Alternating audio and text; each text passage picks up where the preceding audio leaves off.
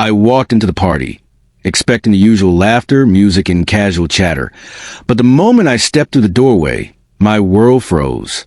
Across the room, I saw my wife in an intimate moment with someone else, her laughter mingling with another man's in a way that made my stomach twist. For a heartbeat, I couldn't breathe.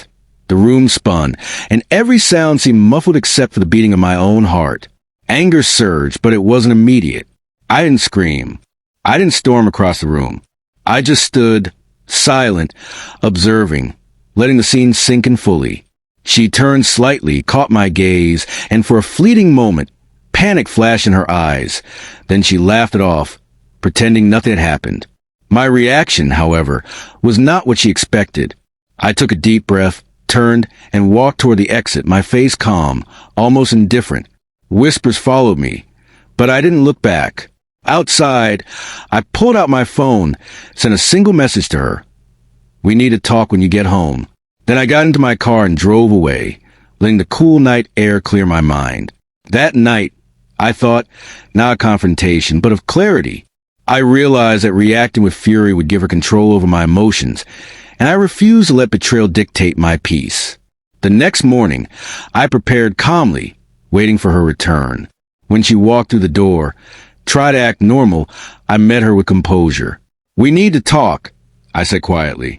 She froze, realizing that I had seen everything, and the air between us thickened with unspoken tension. She stammered, trying excuses, but I held up a hand. "Stop.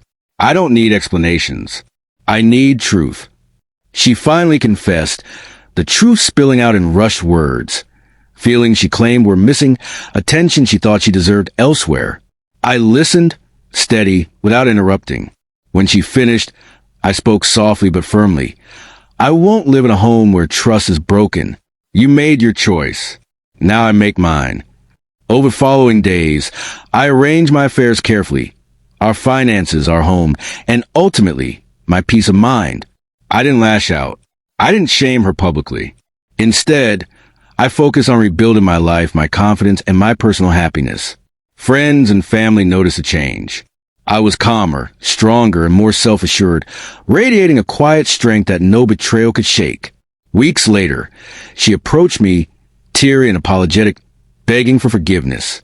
I looked at her, saw the sincerity, but felt the weight of everything that had happened. "I can forgive," I said slowly, "but I cannot forget what trust feels like when it's broken. Actions matter more than words."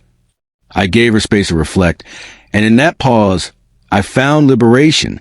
My life moved forward, new routines, new focus, and a stronger sense of self-worth. Eventually, she left, realizing that her choices had consequences, and I was okay with that. The best revenge, I discovered, wasn't humiliation or anger. It was serenity, resilience, and living well despite betrayal. Months later, I walked into another social gathering, calm, confident, and happy, and noticed she was there too, now alone and quiet.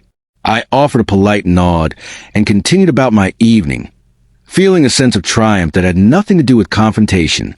The moment of shock, the betrayal, the heartbreak, all of it had transformed into clarity, strength, and emotional freedom. I realized that walking away calmly, maintaining dignity, and refusing to let betrayal control me was more powerful than any reaction she could have expected that night.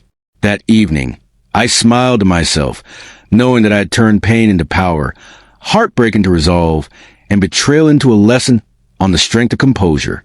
Life had handed me an unexpected test, and I had passed, not with anger, but with quiet, unshakable authority over my own emotions, proving that the strongest response is often the one no one sees coming.